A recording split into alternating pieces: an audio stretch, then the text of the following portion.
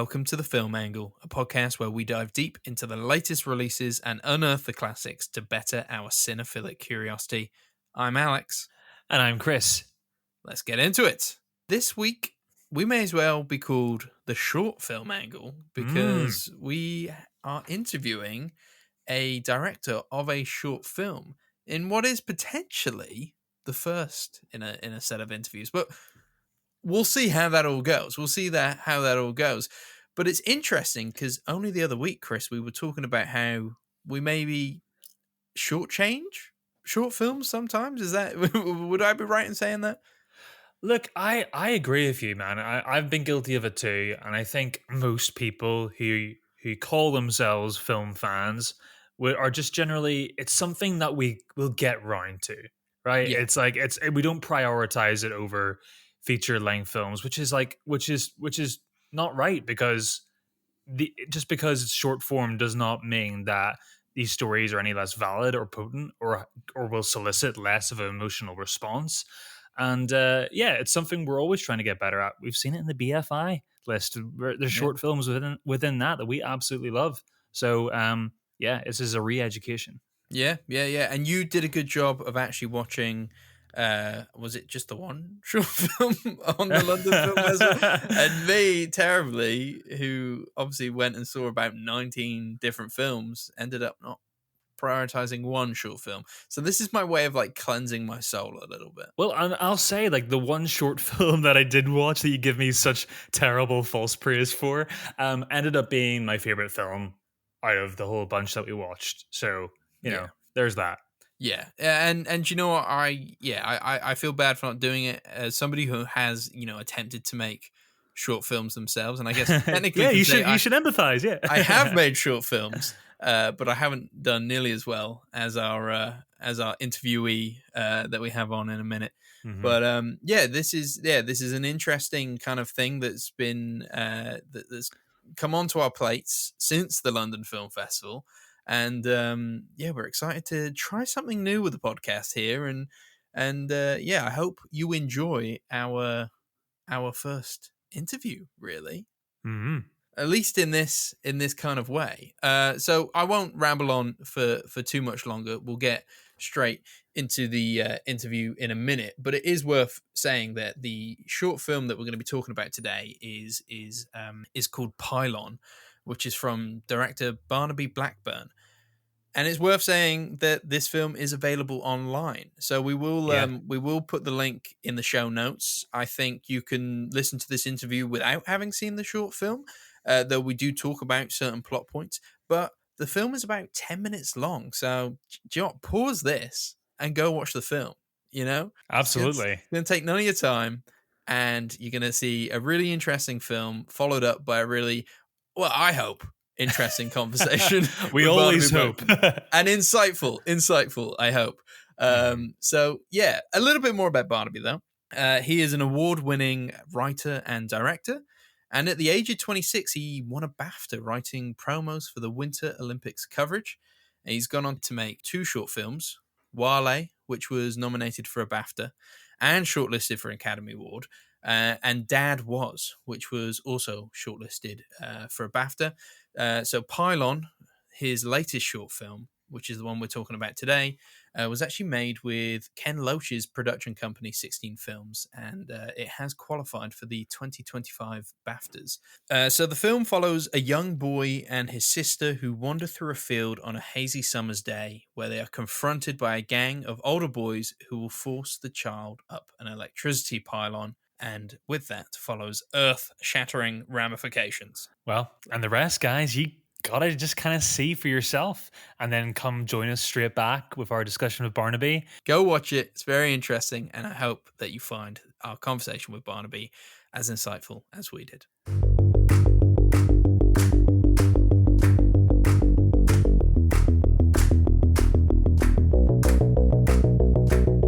Welcome to the show. Yeah, welcome, Barnaby. Hi, guys. Yeah, thanks very much for having me on. No, the pleasure is all ours. Before we get into the short film, just want to ask you more about kind of your background in filmmaking. What got you into filmmaking? Why did you want to kind of pursue this career? it was sort of a bit of a circumnavigation, really. I'm not one of those people who decided that they were going to be a director age 6 years old or whatever. I mean, I've heard stories of you hear those stories all the time about Spielberg and Scorsese and all the rest of them, sort of shooting Super 8 films when they're, still in their pajamas as kids running around or whatever. And, Denis Villeneuve knew that he wanted to make Dune at 10 years old. And I always find that kind of extraordinary. But no, for me, I mean, I didn't come from a film family. I didn't come from a sort of strictly artistic family. So while we watched a lot of films when I was a kid, I just sort of assumed that movies, I think as you do at that age, just kind of appear from the ether or something, and that you don't really have any kind of concept that these are sort of made by human beings. So I was always really interested in films and kind of stayed up late watching them all the time. But in terms of actually beginning to think about it or to have any experience with it, for me, it was actually through skateboarding.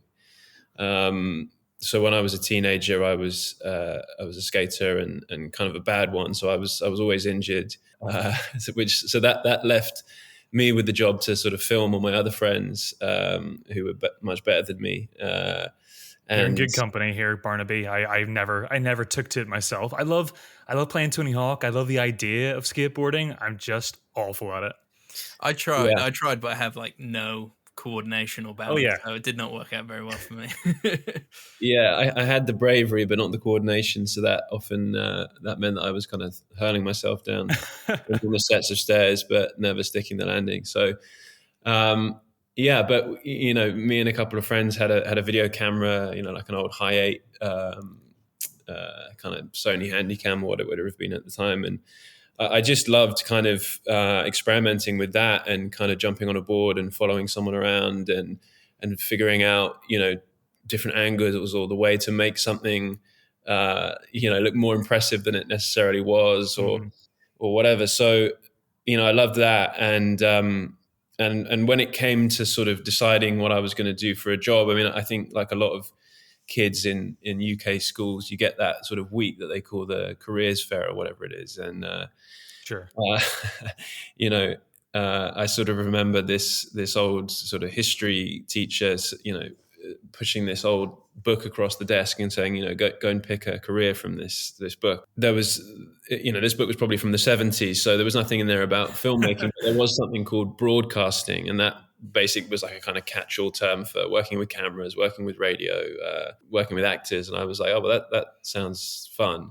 But when I sort of suggested that to this history teacher or careers guy, he just sort of very politely declined that request and told me to go and think again. So I sort of, was a little rudderless and didn't quite know what I was going to do. But and fortunately, I had enough good people around me who said, look, you don't need to figure out what you want to do with your life when you're 16, 17. Just go to university, go to college and do something that you enjoy. So I didn't go to film school. I studied politics at university, and then I kind of started writing commercials when I left university, and then was on set, producing those, and then it kind of all sort of came back around, and being on set doing commercials made me realize, like, oh yeah, this was what I like doing, and I wanted to be around that, and it felt good to be on set and to be sort of figuring out creative solutions to problems the whole time. And so as soon as I kind of got exposure to that, I then said, okay, I'm gonna write a short film and try and make that. And so that's what I did. I guess that kind of brings me to my first question, which would be, you go from promos and commercials, which is a very specific like echelon of media, and then you transition into creating these sort of thematic shorts. So that's quite an interesting progression, if you will. So did you always intend on being a storyteller from when you started doing commercials, or was that just something that interested you later? Well, I mean, even though I said I wasn't necessarily exposed to or sort of pushed to get into film as a writer or a director. I was still watching a lot of films and kind of admiring certain filmmakers and directors, and so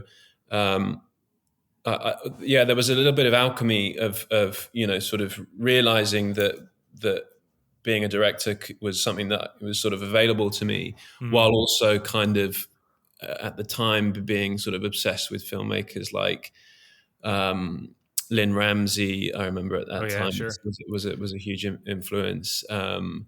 Hitchcock was someone that I've always just loved watching his films, and others who I can't sort of I place around the time right now, but obviously those kind of filmmakers that I'm mentioning are incredible storytellers, but also very visual. And I think coming from I suppose the good thing about working in commercials is that you're working in such short time frames, 30 seconds, 60 seconds, that it sort of forces you to be very precise and very clear about what it is you're shooting. When you do commercials, when you see the storyboards, it's like, what's second 3 going to be? What's second 7 going to be? What's second 12 going to be?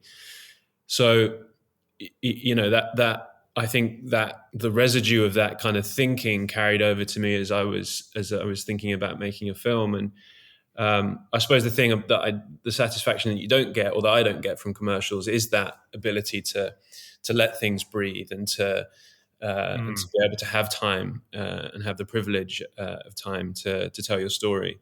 And I think I was obviously craving that otherwise I would have just stuck with commercials.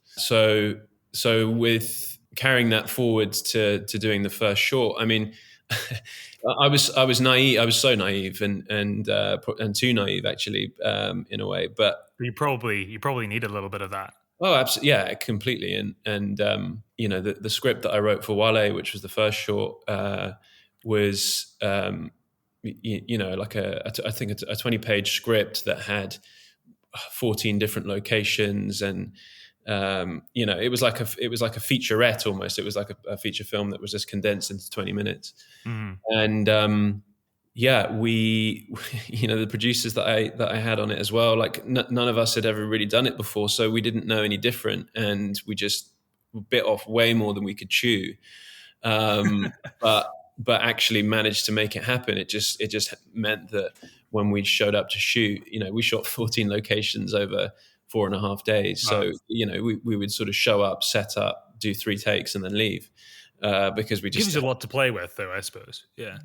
Yeah. But, if I took that script to a producer now to do it short, they would just sort of laugh at me. Or if I'd taken it to anybody with, a bit more experience, they would just say, this is totally impossible. And it was impossible, but we kind of just made it happen through, as I say, naivety and passion. And I think that's the beauty of short films, is that everybody's kind of, they're doing it for the right reasons, and there's this kind of unbelievable camaraderie that comes out of that kind of experience. When I just always think anyway that you work at you're at your best when you're sort of under the most pressure, or when there's all these constraints that sort of put you into a corner, and you have to sort of figure out your way to fight your way out of that corner. And that was a perfect example of it, where none of it made any kind of logistical sense, but we just sort of just had to make it so, and I think we obviously managed to do it. So well, it makes perfect sense, because I think even broadly speaking, in terms of film as a medium, I think all the best movies, from Spielberg, making Jaws, or any other example, has came out of economizing, and being restrained, and creativity seems to manifest from those situations better, as opposed to, $400 million budget on a Marvel movie. Sometimes too much choice can be too much choice. So this being your third short film, Barnaby, when did you have the idea? Like, what's the next step? Did you pitch this to Ken Loach's production company, or did they come to you after it was made? What was the process there? So they came on sort of at the beginning of the process. I mean, the idea had been around for a while, and I'd made 2 shorts, and I'd started to work on a feature script that was where most of my attention was going. But then obviously the pandemic happened. All of the sort of plans that I had around that feature were kind of scuppered, as everybody's productions were at that time. So once things started to get back to normal, I was just, like everyone else, having sat sort of on my hands for 2 years, as a creative person, you're just desperate to do anything. And so while I had my mind on a feature film, I just wanted to get that feeling again of making something, and to get that, to have that energy. And so I had the idea for Pylon kind of in a bottom drawer, just the very beginnings of the story. And in fact, the first time that the idea came around was from a competition that a kind of kit rental house had put together. That was they wanted submissions for ideas for one-take films, and Pylon was originally conceived as a one-take film, and I think the submission was just like a one-page treatment and a couple of other things, and I think obviously they realised that for this film to be done in a single take was going to be difficult and costly. So, but some elements have definitely stayed within it, I think. Yeah. Well, we certainly tried to retain that, but I think that probably rightly so. We didn't win that competition, but obviously the idea was there, and coming out of the pandemic, my cinematographer Robbie Bryant, he had worked on another short with 16 Films, which is Ken's company, and he'd worked with Jack Thomas O'Brien, who's my producer on this. And anyway, he said, I think you guys would get on, and maybe you should go for a coffee, which we did. And we talked about feature projects that I was working on, but he was also interested to know if I had any short ideas. And so obviously I talked about Pylon, and I sent him the script that evening or the next day, and straight away he really responded to it. And so we said, okay, well, let's do it. So yeah, we kind of set about how to do that, and obviously the one take idea went out of the window because it was just it was too costly, and actually I think that it would have been to the detriment of the film ultimately. I think the way that we ended up, where as you say, we retained a lot of the spirit of that, and there's these sort of long sequence takes that are in there. So yeah, the kind of spirit of that was retained, and the reason for wanting to do that and to have these kind of long takes play out was to sort of really place the viewer in the action, and for it to feel kind of like you're going through it in real time. I talk a lot about this thing of ordeal cinema, I call it. Okay. Where and I suppose my definition of that is what I was just saying, where you're kind of, as an audience member, placed in this situation, and you feel like you're on the main character's shoulder, and you're kind of going through it with them in real time. So there's that sort of embodiment. Yeah.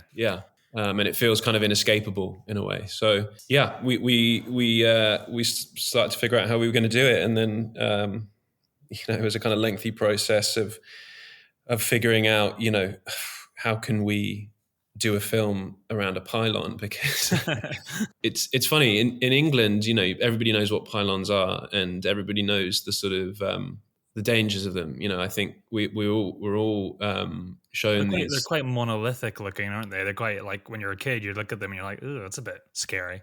Yeah, I mean, they dominate the sort of British skyline, and it's funny when you go to the US, they don't have the same relationship with them, because it's such an enormous country that you don't get. They don't even know what pylons are. They just call them, telephone poles. Or yeah, so minor. Yeah, they're always sort of out in the desert. You wouldn't get one sort of like you would here, sort of within the middle of someone's estate or on a field that backs onto someone's garden. It just doesn't happen elsewhere. So, the whole sort of conceit of the idea came out of these memories that I'd had of, being a kid, summer holidays, staying at my uncle's house, which is actually the house that we used in the film.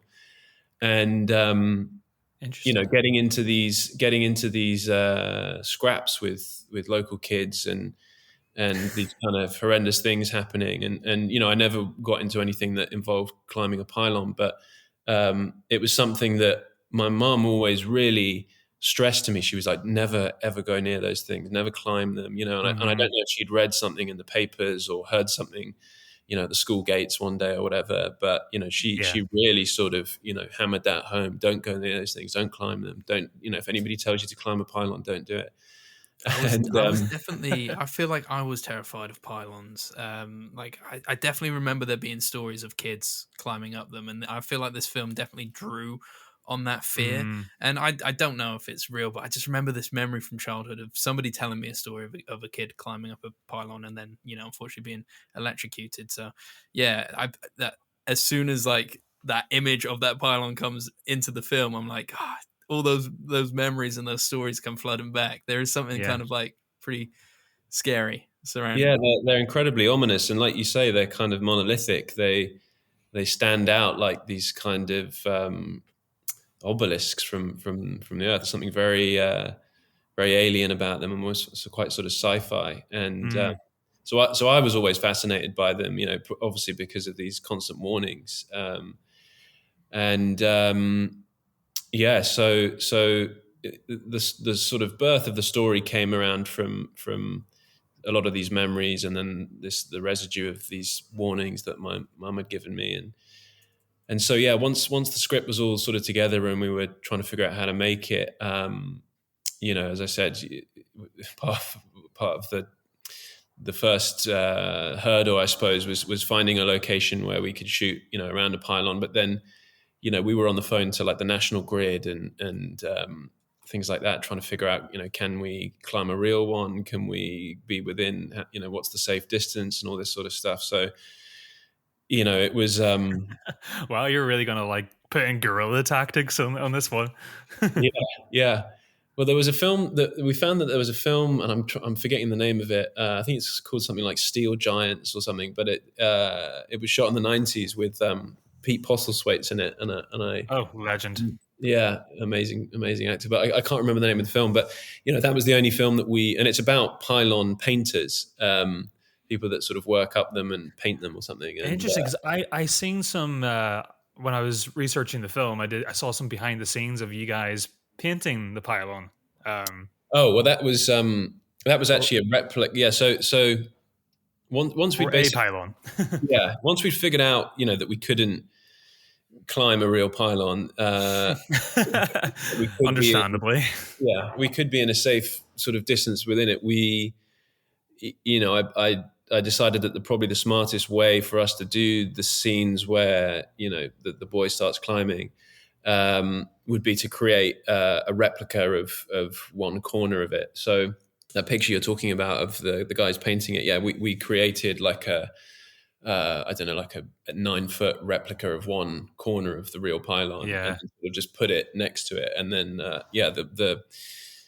the production design department did an incredible job of kind of making it look exactly the same as the real thing. So, but in a way, that sort of limitation as a viewer of the film kind of works in its favor. I really kind of like almost that choice of once Thomas starts climbing the pylon, we don't see Thomas for the rest of the film.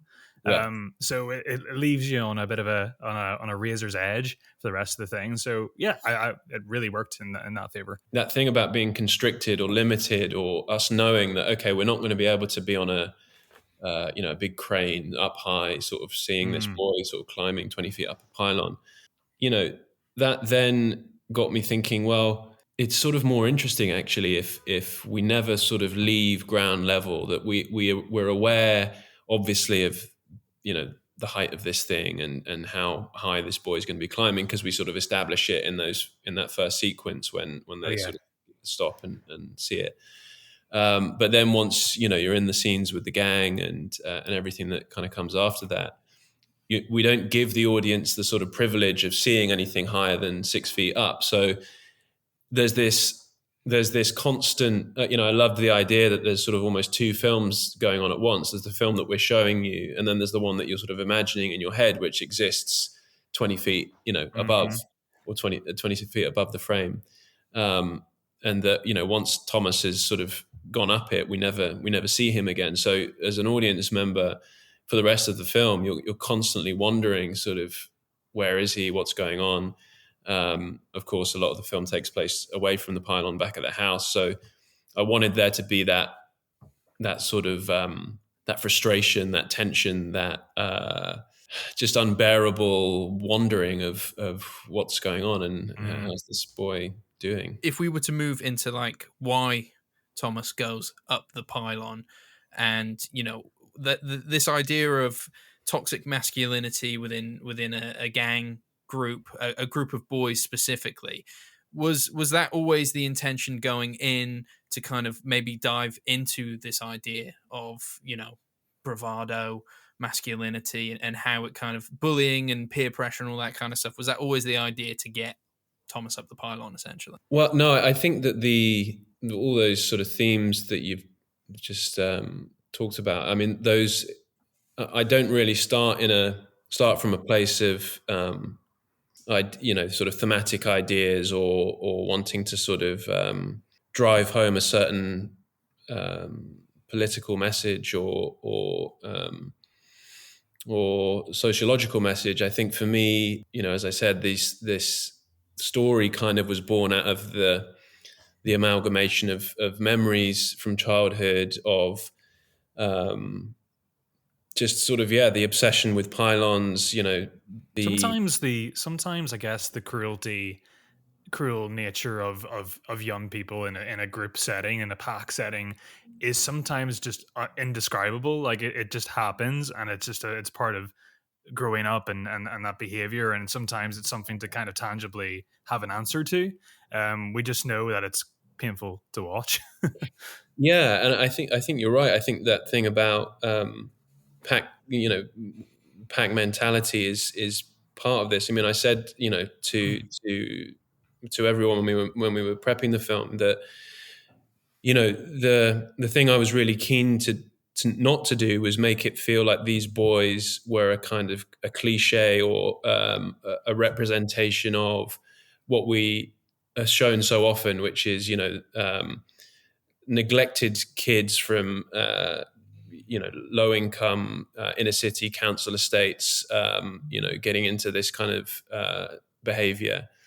I don't think that it's limited to that. I think that it's something that's more sort of primal, this kind of behavior. And so, when you talk about toxic masculinity, sometimes I don't really know. It obviously that's become a phrase that's talked about a lot more or used a lot more in the last few years with regard to certain things that have happened, and with regard to a sort of broader movement. But I think that sometimes I don't know if exactly what it means. And I think with regard to this film, it's something that I feel is an inherent behavior, especially in young boys, and I don't think that it's specific to one part of society. I think it's kind of everywhere, and I think that's what I was sort of keen to get across. That these boys kind of, they feel like any boy that you grew up with or that and so I sort of wanted the audience to be able to watch it and feel like, oh God, I know boys like this, or this could be my brother, or this could be my son, or that the audience aren't able to sort of watch it and go, well, these kids don't concern me because they're off of a council estate somewhere. And it's like, no, these are regular, everyday, middle class kids, and this stuff and this behavior and this this sort of feral masculinity is what I would describe it as. It kind of it exists within every sort of every pocket of society. So in the casting of that, that was a very that took a lot of precision, and Sally McCleary and Ross Barrett, who were the casting directors, we worked really hard together to sort of fashion this gang of boys that that didn't feel like thugs, or didn't feel Yeah. as I say, like the sort of cliche of what you'd imagine, that individually each of these kids are probably pretty normal, pretty pleasant, in their day-to-day lives, but when they're put together, the alchemy of the boredom, the heat of the summer holidays, going that they're all sort of at that early teens, 13, 14, 15, so that they're at that point in their lives where they're trying to figure out who they are, but through that process of figuring out who they are, there's this jostling, this jostling for status, and having to prove yourself and identify yourself. And exactly.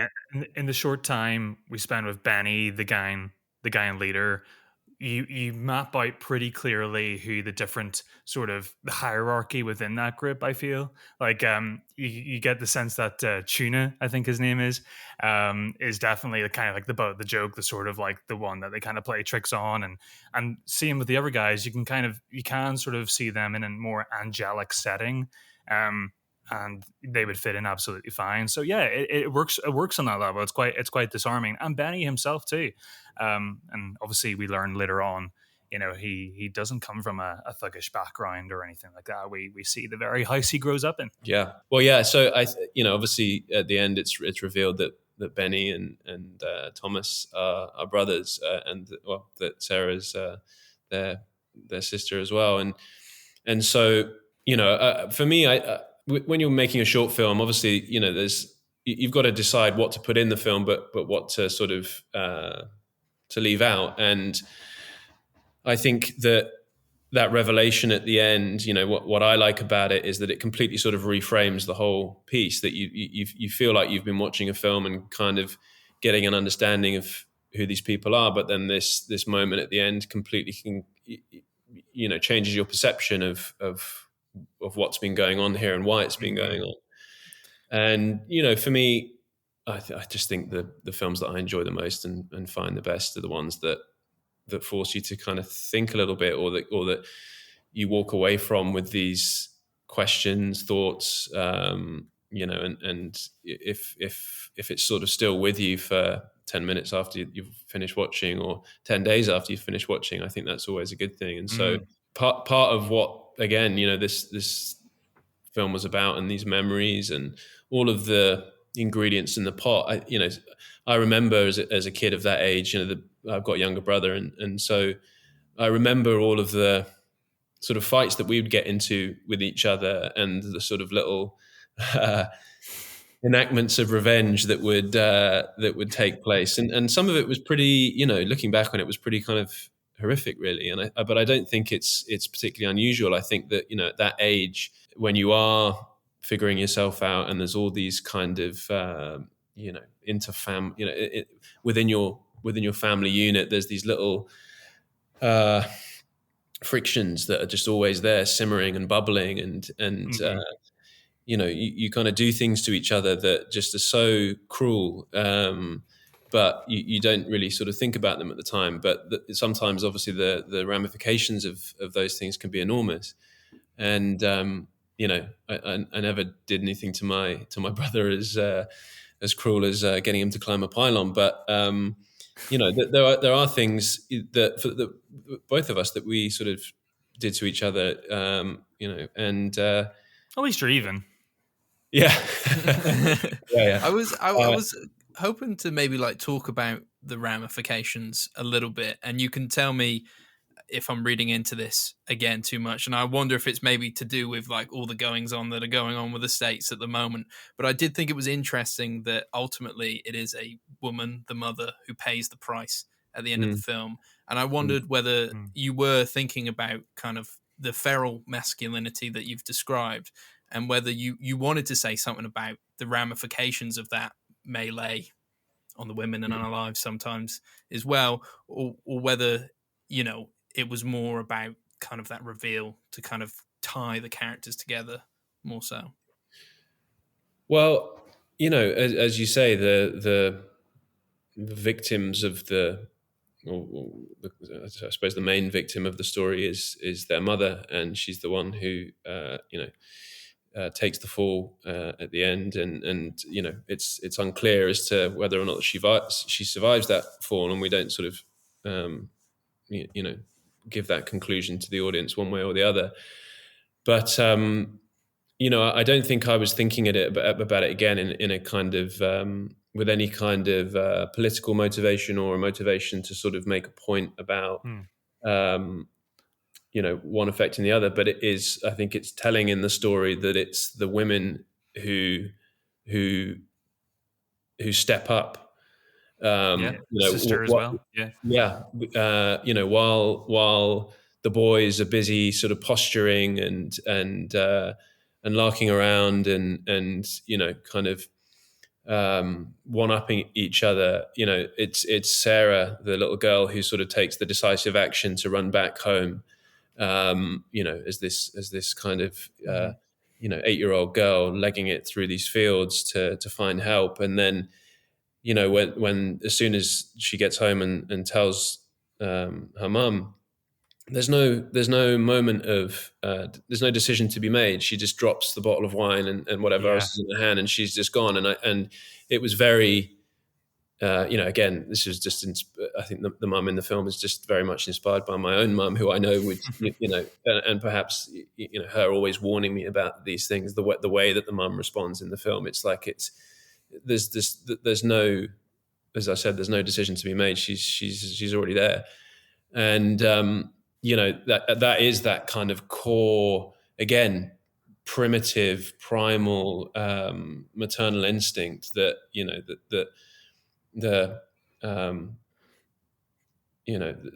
she's going to do whatever nothing's going to get in her way from saving her son.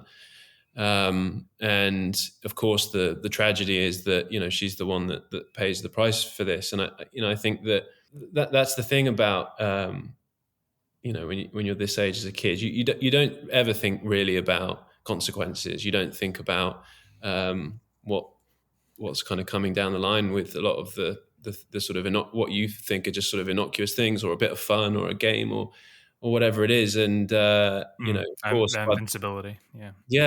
And by the time that she arrives back at the pylon and climbs up it, you can see very much on the faces of the boys who have initiated this whole thing that it's dawned on them that this wasn't a smart thing to do.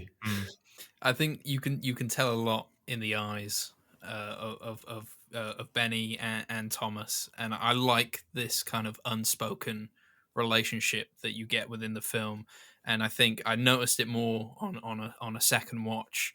Kind of, you could see that the relationship was there, and the elements that I hadn't noticed the first time round, there was this kind of unspoken thing between them. I guess you kind of lucked out with those actors, maybe in particular. Like, how was that process? Because I imagine, especially for younger children, finding child actors who can kind of convey that kind of emotion might be quite tricky at times. Yeah, and as you say, we lucked out. I think obviously some of it comes down to luck, and some of it comes down to the fact of just having two amazing casting directors in Sally and Ross. And with Tommy, who plays Thomas, Tommy Finnegan he's called.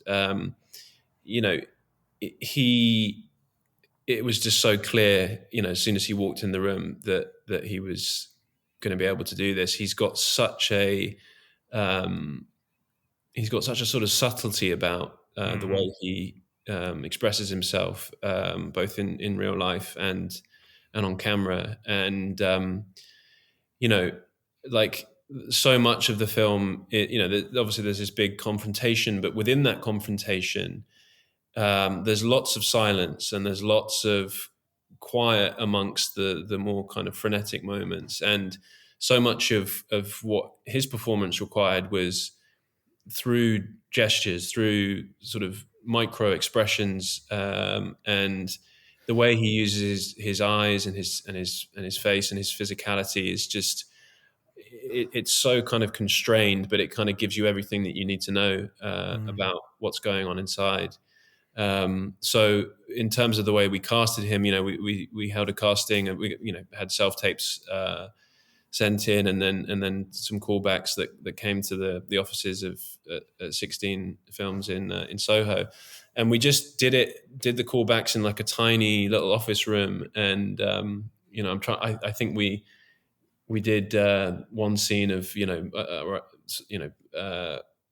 where Benny kind of squares up to him, and then I think another scene of pretending that he was up the pylon, kind of screaming for his mum. And with kids of that age, there's always the danger. The tricky thing with acting as a kid is that the main platform for performing or acting as a child is in stage productions, through schools or through drama groups. And I think the difficulty with that for working with kids on film is that sometimes they have these sort of stagey habits of kind of overacting or being too big or too performative, and he just had none of that. There was nothing to kind of knock off the air, to sort of no bad habits to have to sort of train out of him. And he had experience of film and TV work before, so that obviously helped. But it's just the subtlety was in his face, is that there's just such a sort of sympathy that you have with him just on sight. And then with Louis Thresher, who plays Benny, again, it was a similar process of having tapes and then them coming into 16 for the callbacks. And with both of those roles, we had lots and lots of great options. But what I liked about Louis was this ability to sort of have, he felt threatening to me. And that came by virtue of, we talked about it a lot, and about how, actually you're most threatened when not when someone's shouting at you or screaming at you or telling you that they're going to do this, that, and the rest. It's when there's this kind of looming suspense that it's not the punch, it's the moment before the punch that's the most sort of terrifying, unpredictable. And exactly. There's an unpredictability about it. So we talked about that a lot, and I think that he kind of really mastered it by the time that we shot, because when he's kind of dealing with his minions, the other members in the gang, he's quite loud with them, and he's got like a sort of physical presence that sort of is overbearing. But then when he's with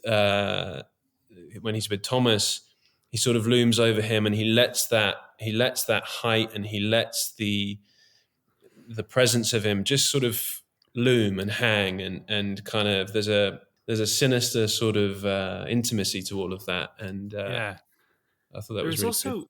I don't know if this was intentional, Barnaby. I got kind of like a 5% sympathy, like yearning to go reach out to his brother Thomas a little bit. There was obviously with Tuna, there's an interesting moment where it's almost as if Benny is trying to justify himself to make Thomas climb up the pylon by promising him that he can shoot the BB gun at Tuna if he completes the task. And it closes it's the closest thing he can sort of muster to an apology in that moment, just to justify the action that I'm going to do this to you right now. I came across definitely even more in the second viewing. I don't know if that kind of was what you were trying to convey of that moment there. Well, I think there's there's a thing going on in Benny, and obviously this becomes, I suppose, a bit more apparent in the end once you realise that they are brothers. But he's obviously performing for all of these other guys, and at first it's all fun and games, and tricking him into slapping him and all this stuff. But then I think for Benny, all these guys are looking to him for what's he going to do next, and how far is he going to take this? And so as soon as climbing the pylon is sort of on the table, I think he's Benny's sort of he's painting himself into a bit of a corner at that point, because it's like, well, if I don't make someone do this, then I'm going to look, I'm going to sort of lose face. Mm-hmm. And so, but then also there's the awareness of, okay, if I do this, I'm making my younger brother climb a pylon. So I think internally he's going through a bit of turmoil in all of this, and we don't know why he's fronting up to his brother in this way in the first place. There's something unspoken that we're not given access to as an audience, as to some friction, something that some past, some history between him and his brother that is causing such animosity. But obviously it's still his brother, and so I think, but when it gets to the point of, he's actually going to make him do this, he's in a way looking for a way out, or looking for excuses, or almost sort of covering his back before he's kind of committed the act in a way. Yeah. So and you can see it again in some of his performance around that moment where he says everybody's kind of getting loud, and then I think he says, "Oh, shut the fuck up," and you sort of see him take a moment to sort of chew it over.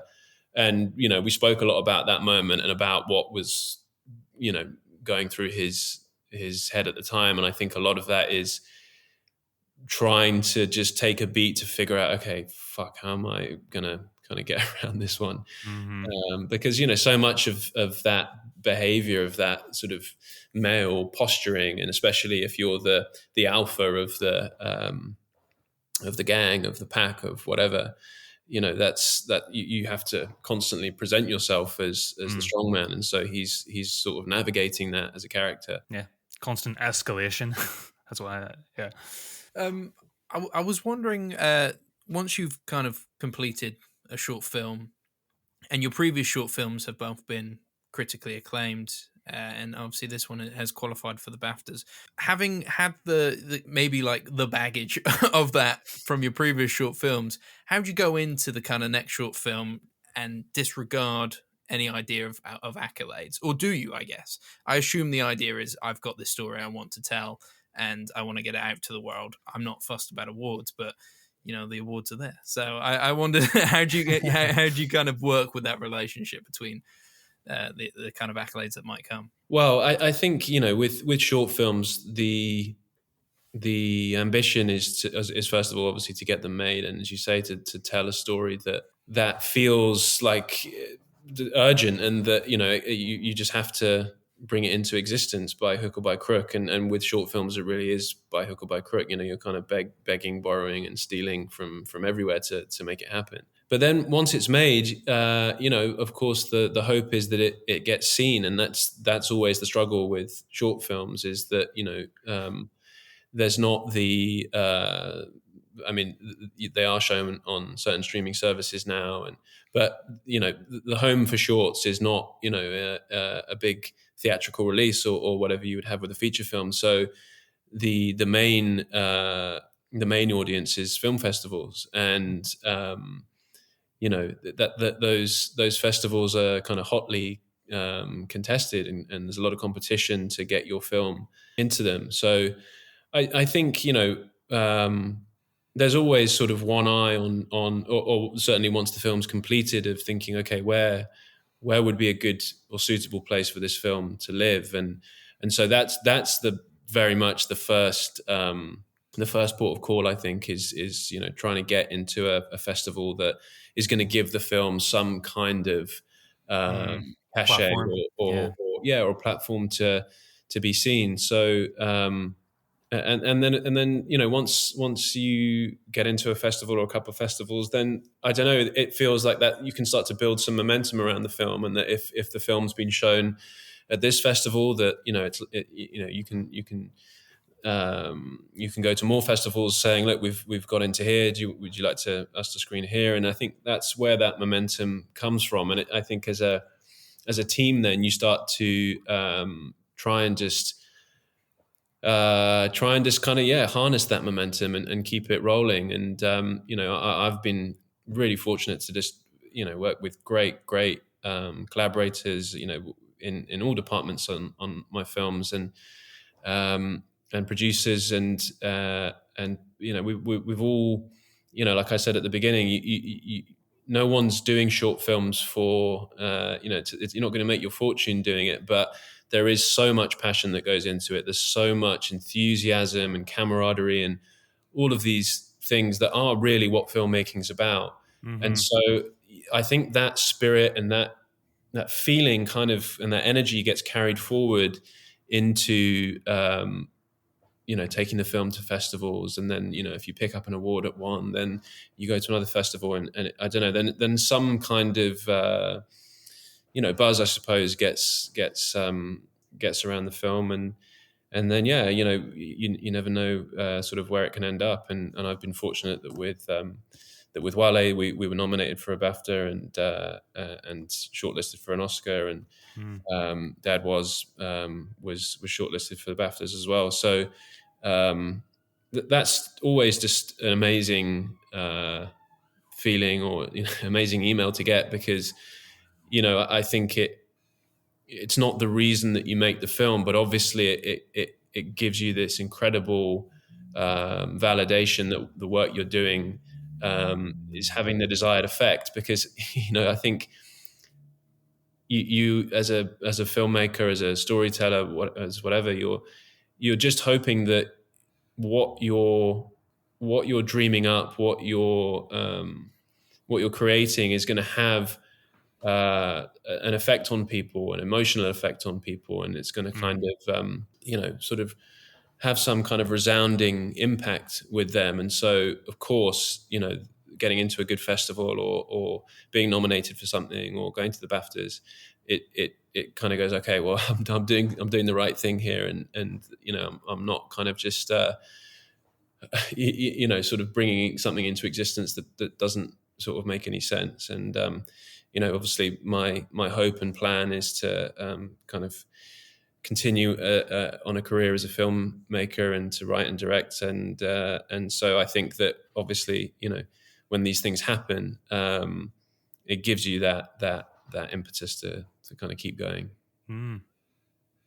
It's nice to hear that. I guess more eyes are gonna see it, and I guess a lot of short films. Well, I say a lot, but sometimes you hear about short films being more of a proof of concept sometimes, rather than just a story that somebody wants to tell. So it's good to hear that ultimately you just want people to see it. That being said, I know your kind of hope, your aspirations are to make a feature film. Am I right in thinking that you are working on that currently? Yeah, that's right.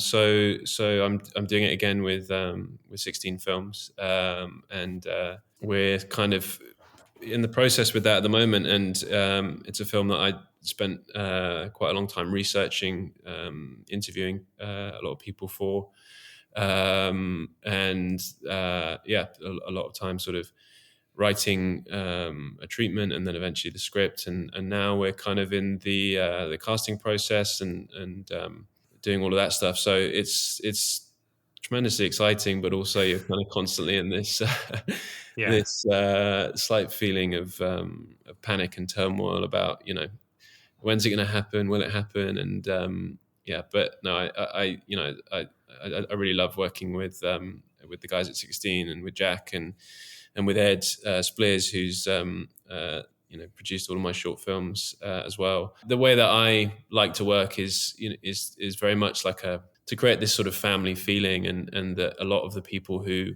were there at the beginning on Wale are still here now with me. I use the same DP, Robbie Bryant, my production designer, Lily Abraham, and we have this great sort of family spirit between us. So it really feels like we're going on a kind of summer camp anytime we make a film, rather than feeling like work. So that's really important for me, that it feels that way. Is it like a plot under wraps sort of thing at the minute, Barnaby, or is there anything you can disclose, or too early to say? I mean, I can disclose the things that are already out there. So the film is called Help Yourself, and it's about a British family who host a family of Ukrainian refugees, and the British family have regrets about that decision pretty instantly. Yeah, as I said, I've been researching it for a long time. I was researching it for about a year. And then, all that while sort of building the story and then eventually writing the script. So yeah, it's been a really fascinating process, and we're really excited to go make it now. Have you, Nice. like, I guess because you're working with similar crew members, how have you all found that kind of jump potentially from a short project to a feature length, or are you kind of taking it the same way that you would start your short film, like, each day as it comes, and we want to develop the same emotions, it's just over a longer period of time? Yeah, I mean, in a way, so far the experience is kind of the same, kind of different. I mean, I think with short films, you dedicate so much of your time and life to them anyway that I don't think there's actually too much difference between that and making a feature film. I think that obviously the difference with the feature film is that it's bigger budget. It's there's and with that comes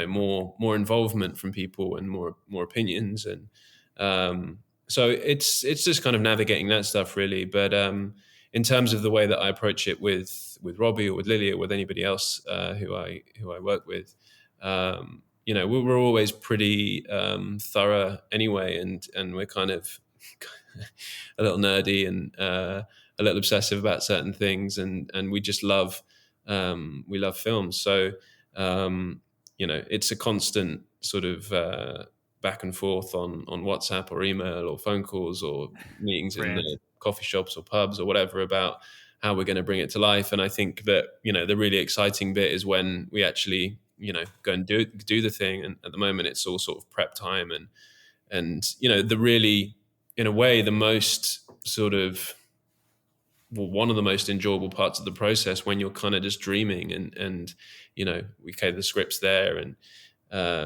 we kind of know how we want it to be, but everything's kind of still in that sort of liminal space where it could it's all kind of up for grabs. And so wow. Then when you start, it's like I said this to someone the other day, where it's like making a film is like a sort of long extended death of a dream, because the film that exists in your head at the beginning obviously never in its absolute form comes into fruition. And you're trying to get as close to that vision as possible, but of course throughout the process of like we were talking about with Pylon, not being able to shoot up a pylon, or only having the ability to sort of shoot at head height, that becomes part of the fabric of the film, and these things that you go, oh, that's a shame, but then actually you make it work to your advantage. And so that's sort of a constant process within making a film, that you're sort of disappointed by something, but then it forces you into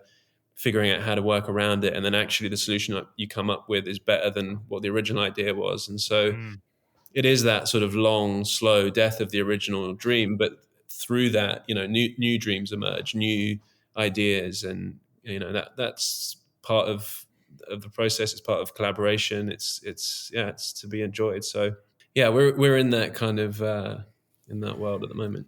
That's it. Just vibing off each other, kind of ideas. Love it. Yeah. So on the podcast, we've been working through our blind spots on the Sight and Sound Greatest Films of All Time list, and we've seen a lot of films from filmmakers and critics that are their favourites, and you start to see how some of these classics have influenced them and shaped the kind of films they make. And I was just wondering, what are some of your favourite films that have shaped or influenced the kind of films that you have made or you wish to make? God, that's yeah, big. I know. Sorry, it's always the question. Yeah, taking me under the cosh. Well, I mean, I don't use Letterboxd, which seems to be what everyone's doing now with their sort of Letterboxd top 4, because I know that if I get into that, if I download that, it's going to be like another 4 hours. Oh, it's all consuming. Yeah. Yeah.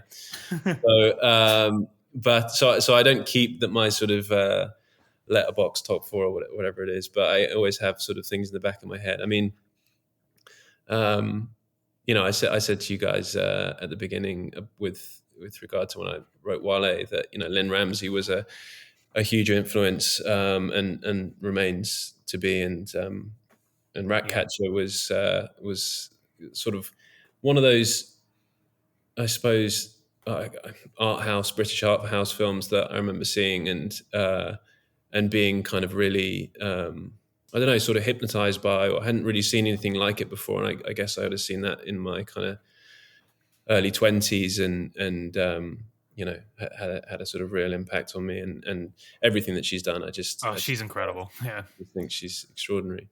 And then, I'm a big lover of Andrew Haigh, and 45 Years again had a sort of big effect on me. I'd never sort of seen a film that kind of dealt with characters like that, characters that felt like I knew, that were sort of, could have been the elderly couple next door to sort of where I grew up. So 45 Years, was a big one for me. Oh. There's one of my favorite films is an Iranian film by Kiarostami called Where is the Friend's House, which is just the most beautifully simple film about a boy delivering or trying to get a school exercise book back to his friend, because if he doesn't get it back to the friend's going to get expelled from school. And it's just this kind of epic tale, but is actually a very, very small story, and it's just so beautifully executed and told, and just says so much about the decency of children and actually the decency of people at their core. So I've always loved that. Autumn Sonata by Ingmar Bergman is again just incredible. This thing about ordeal cinema that I spoke about earlier, it's like nothing's sort of better expressed. There's no better expression of that than with Autumn Sonata. It's just about this mother returning to, this kind of slightly estranged mother who returns to see her daughter and her husband for a weekend, and it's so contained, but there's so much tension and so much of this kind of repressed emotion that's been kind of buried for years and years and years that all comes out. So yeah, I've always loved that. I'm a big Michael Haneke fan, so Code Unknown is up there for me. I like this. You're actually you've reached the ceiling of Letterboxd top 4, and I'm vibing off this. This is great. The first sort of serious film I ever saw was Eyes Wide Shut, and I was definitely not old enough to watch that film. Oh, that was the first serious film that you watched? Yeah, probably yeah. Not. I was so I would have been probably 10, maybe 9. Oh wow!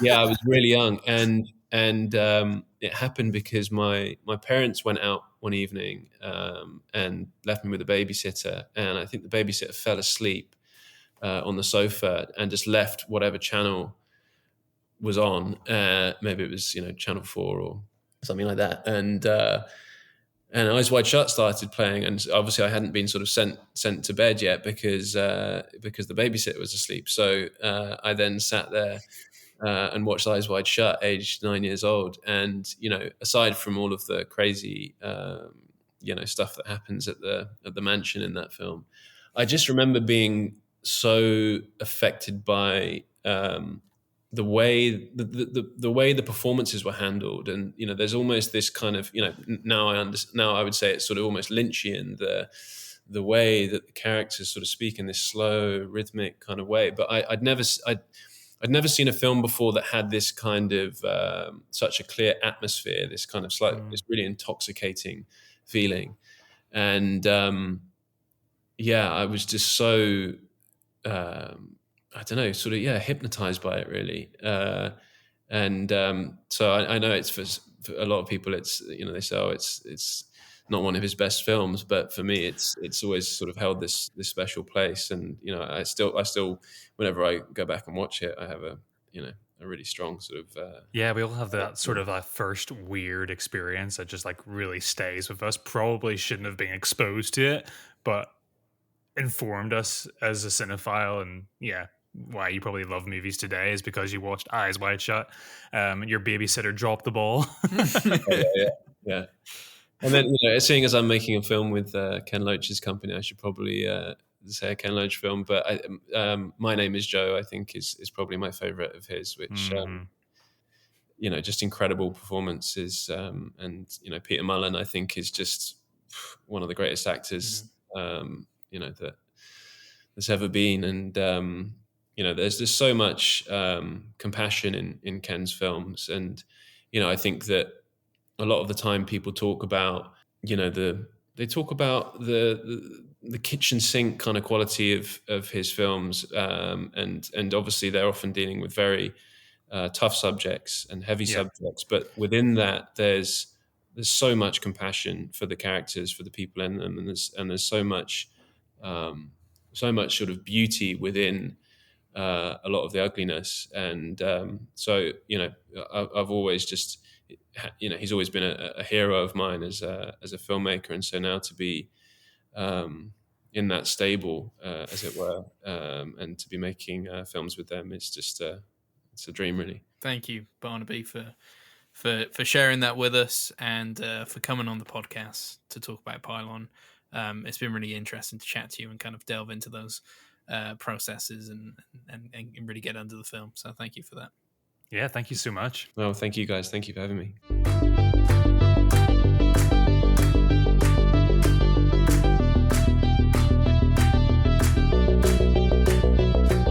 Well, there you go, guys. That was our interview with Barnaby Blackburn, the director of the short film Pylon. Hopefully you've all had a chance to go watch it now.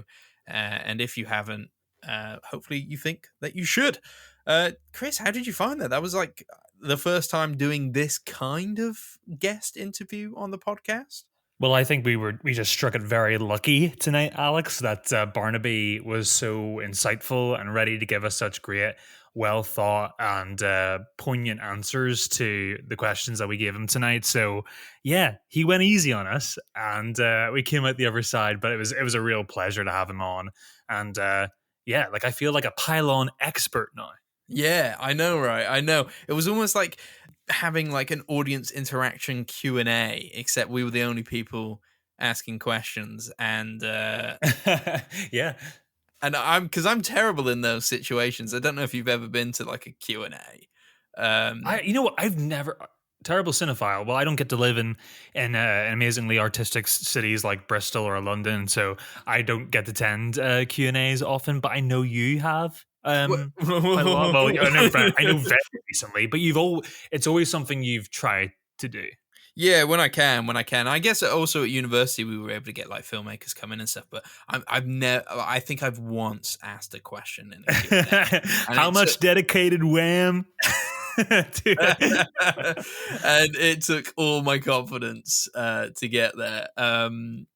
So there you go. There's that. It didn't show tonight, and hopefully for the listener, it didn't show either. No, and guys, like, let us know what you think of this. If you think we're terrible interviewers, don't tell us that. No, I'm joking. You can tell us. But I thought we did a pretty good job, and you might find in the coming weeks there may be a few more of these. We'll see if we get asked back. But it is just so interesting to kind of talk with people who are fully on the path to, especially in Barnaby's case, like making his first feature film. And I must say, I thought it sounded really interesting, and I'm really excited to kind of see, or hear more about that process going forward. And end up watching the film one day. So, and we could be like, we interviewed that guy. Mm-hmm. Yeah, absolutely. we won't ramble on any further. No. Has been the episode for this week. I know we've not had a normal episode for a while. We should have a normal episode again soon. But I've been really enjoying our output recently, and I hope you have too. Like, it's nice not to do the same. We love doing what we do, but it's nice sometimes not to do the same thing every week, right? Exactly. I think we've shown that we're happy to evolve when we need to evolve, and I think we've evolved a lot this year. But we'll save all that for the end of the year. I think it's been a good year. We won't self-congratulate much longer. Not yet. Anyway, let's finish this thing. That has been the episode for this week. If you've enjoyed it, make sure to leave us a 5-star rating or review. We do really appreciate it. If you'd like to keep up to date with us, make sure to follow us on Instagram and TikTok at The Film Angle. We also have a Film Angle playlist. If you want to listen to what we listen to, you can find that in the show notes. Be sure to catch us next week for more cinematic discussions. But for now, goodbye. Bye-bye.